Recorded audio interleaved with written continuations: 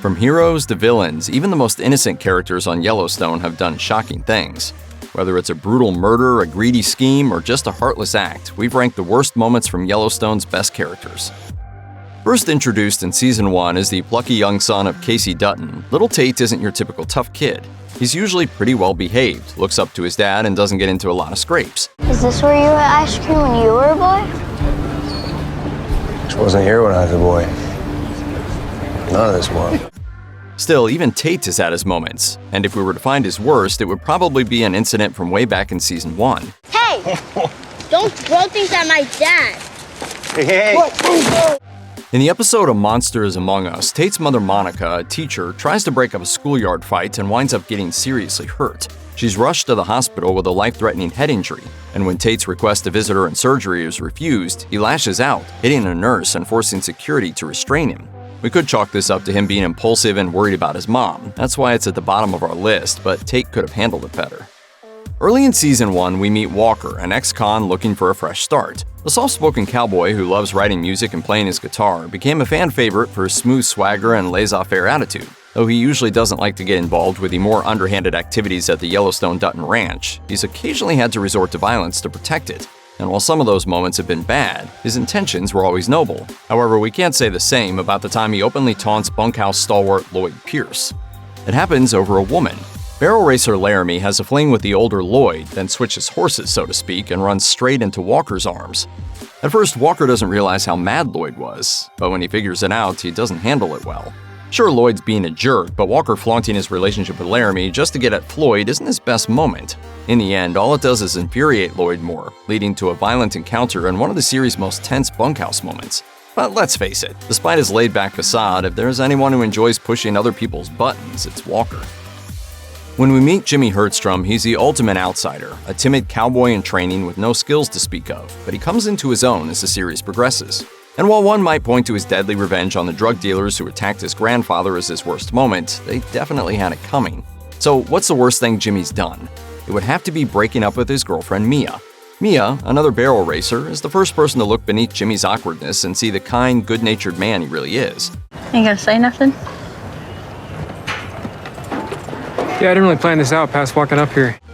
And yet, even though she helps nurse him back to health after a devastating rodeo accident, he leaves her high and dry when the Duttons send him to the 4-6's ranch for cowboy training. And once he gets there, he takes up with another woman, breaking Mia's heart all over again. Teeter's a tough-talking Texan whose accent is so thick that it's first mistaken for a foreign language. Always ready to scrap with anyone who looks sideways at her, Teeter's a good person at heart. All she wants is some love from bunkmate Colby, and eventually she gets it. But it takes persistent flirting, skinny dipping, and a vicious attack by a Yellowstone enemy. As for her worst moment, well, it might also be her best and most memorable. It happens when Rip Wheeler and the gang discover a group of California bikers called Divine Discord have cut the fence and are partying on the Duttons' land. They'd rather fight than leave, but it's Teeter's bad attitude that sets him off. Colby quickly backs her up, and what follows is one of the best fights in the history of the show. Teeter is at her best in her worst moment, duking it out like a true cowboy. Real estate developer Dan Jenkins arrives in Montana with dreams of turning the region into a massive tourist destination. But unlike those who would come after him, Jenkins values the land to the point where he's almost an environmentalist in his approach. Almost. Every direction. It's like a painting. All I wanted was give people the opportunity to see it. Despite his somewhat noble principles, he's still all about corporate greed and would do just about anything to make his deal happen. Unfortunately, the Duttons are in his way, and he's not above fighting dirty to eliminate them. To that end, he digs up all the dirt he can on the Dutton family, determined to destroy their reputation and sway public opinion to his side. Eventually, after an attack by Kayce Dutton that leaves him near dead, Jenkins becomes a Dutton ally. You and I find ourselves in an interesting situation. Alongside Thomas Rainwater, he helps fend off the diabolical Beck brothers. Unfortunately, he doesn't make it out alive. Monica Long is Tate's mother and the love of Kayce Dutton's life. She's lived all her life on the Broken Rock Indian Reservation until she chooses to move to the Yellowstone Dutton Ranch in order to keep her family safe and provide a stable home life for Tate. Still, she often resents the Dutton family's wealth, privilege, and sense of entitlement. While Monica can actually get pretty tough when the need arises, it's not any ruthless or violent incident that provides her worst moment. Instead, Monica's most despicable act comes in Season 2, while she's recovering from her head injury, while she and Kayce are having a rough time in their relationship. During her recovery, she meets Martin, a local physical therapist, and as they work together, Monica begins to develop romantic feelings for him. In fact, they come very close to having an affair, although she stops before anything irrevocable happens. Though it happens while her relationship with Kayce was strained, Monica's emotional fling with Martin, which includes a passionate kiss, is easily the worst thing she's done in the series. More than just a cowboy, Kayce Dutton is ex-Special Forces, which makes him one of the deadliest men on the ranch. He's also the Dutton with the biggest heart. Even so, he's done some pretty awful things in the series, although he rarely betrays his moral code. He strung up Dan Jenkins to send a message to leave his family alone, and while this definitely crosses a number of lines, including legal ones, it's understandable and it isn't deadly, but things go differently with Teal Beck. There's monsters everywhere in this world. You just gotta kill them when you find them. Nobody will argue that Teal didn't have it coming, but it's the way Kayce goes about it that makes it his lowest moment. After sneaking into Beck's home, Kayce finds him sitting on the toilet reading a newspaper. Though Teal begs Kayce not to kill him in such an undignified position, Kayce shoots him in cold blood. CEO of real estate development firm Market Equities, Caroline Warner is an unstoppable force of corporate nature, and at first she appears to be a foil strong enough to go toe-to-toe with Beth Dutton. Not for sale. That should be your family's motto. Warner's dead set on taking down Beth's entire family, so when things get tough, she enlists the services of Sarah Atwood, a ruthless corporate shark whom Warner weaponizes against Jamie Dutton, now Montana's Attorney General. Atwood swoops in and beguiles Jamie, using their sexual relationship to manipulate him into turning against his own family, particularly his father John, the governor of Montana, so that Market Equities' massive development project moves forward. Ultimately, Atwood's actions have deadly consequences for the Dutton family, and while Warner may not have been the one who did the deed, she brought Atwood into the mix. Over the course of the series, Chief Thomas Rainwater evolved into something of an anti-hero. Fiercely protective of his people, Rainwater runs the Broken Rock Indian Reservation. At first, he sees nothing good about the Duttons and wants them out of Montana altogether. After all, his people were on the land for generations before the Duttons arrived. Rainwater's mission is always to get the best for his tribe, and his worst act might actually have come in the series premiere. Our paths will always collide. We fight. One of us will win. But you've been a good enemy, John. In the opening installment, a large herd of cattle belonging to the Duttons wanders onto the reservation. This leads to a tense standoff between John Dutton's armed livestock agents, including his two sons, Kayce and Lee, and the Broken Rock security forces. Cattle don't know the difference between your land and ours. Neither did we till the government showed us.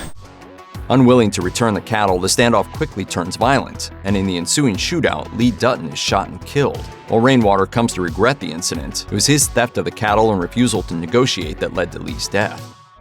Perhaps the longest tenured cowboy on Yellowstone, grizzled veteran Lloyd Pierce helped mentor young Rip Wheeler when he first came to the ranch. The two built an inseparable bond, but it hasn't been easy, particularly when Lloyd goes too far. And he did just that in his worst moment. Anyone who's watched Yellowstone knows exactly what that moment is. I seen 1,000 of you in prison, thinking you're some kind of bully, till a bigger bully comes along. Once Laramie and Walker become an item, Lloyd flies into a jealous rage. After Walker openly mocked him and threw his relationship with Laramie in his face, Lloyd snapped, smashing Walker's guitar and hurling a knife into his chest in one of the most shocking and unexpected moments in the entire series. It took several men to restrain Lloyd, and when the dust settled, Rip was forced to fight his best friend to teach him a lesson. Walker survived thanks to swift action by the rest of the crew, but if they hadn't been able to stop Lloyd, Walker would be dead, and this moment would have wound up much higher on our list. There's nothing more important than the Yellowstone to John Dutton, whose ancestors settled the land and built their home all the way back in 1883. But more than the ranch itself, John often talks about the importance of family, which is why his worst moment isn't the murder of an enemy or retribution against a rival, but the betrayal of his own kin. We don't see this moment on screen, because it happens before the first episode begins, but we eventually learn why, at the outset of the series, John is estranged from his son Kayce. He told me to leave. He told us all to leave. You were just the only one who did. We're initially led to believe that it was a mutual falling out or even the result of Kayce's defiance, but it's actually John's doing. As a teenager, Kayce was dating Monica, and John disapproved. So when the young lovers surprised him with the news that they were expecting a baby, he demanded she get an abortion. When Kayce refused, John did the unthinkable, kicking Kayce out of the home and off to Yellowstone. The irony is, when Yellowstone begins, John is distraught because he has no relationship with his grandson. Of course, Kayce and John eventually hash things out, and John becomes a doting grandpa and repentant father.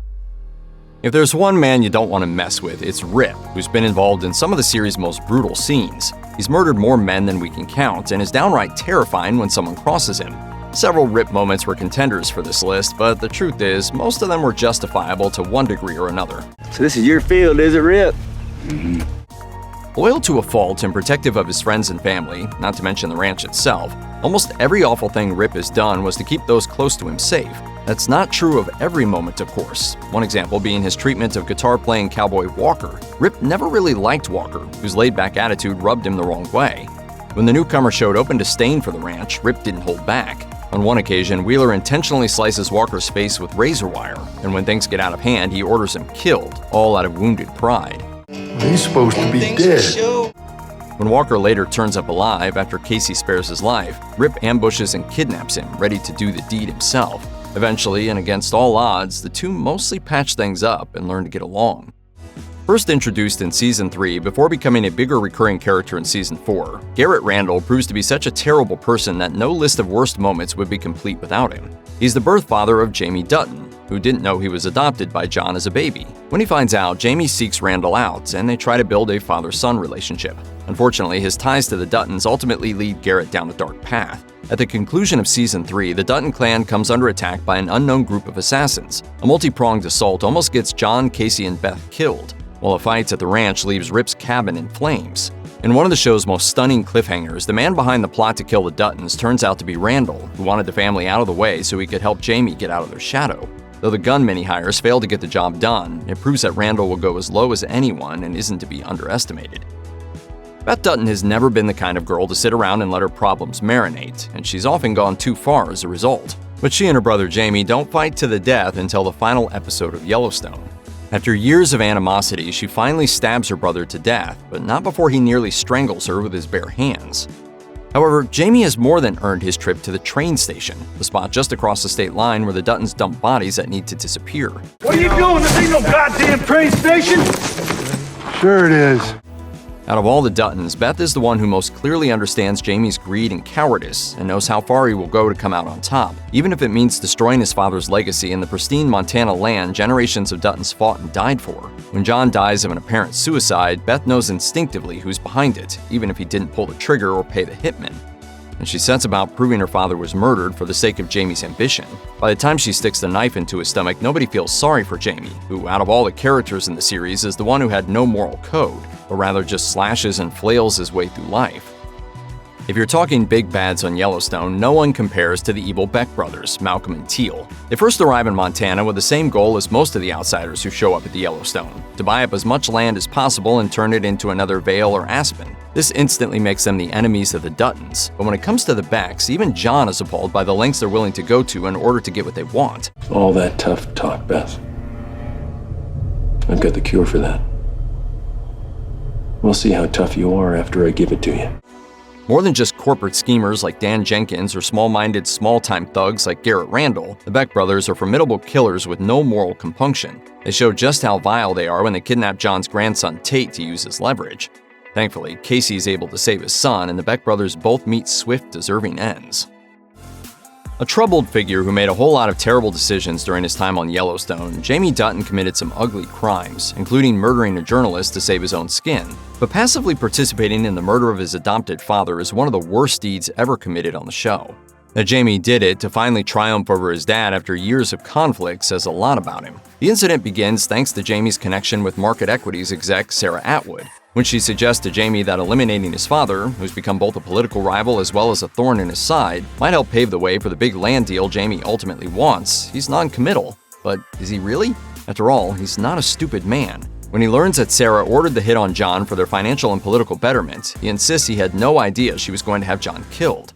Do you know anyone, or is there a group that has experience with this kind of situation? However, he not only doesn't reject her or turn her in, he continues to sleep with her. When Sarah is killed by an assassin, Jamie mourns her, but his main concern, as always, is himself. Actions like these are what ultimately lead Jamie to his untimely fate, an unmarked grave at the train station alongside two bodies he put there, the dead journalist and his biological father, Garrett, whom he shot in the head.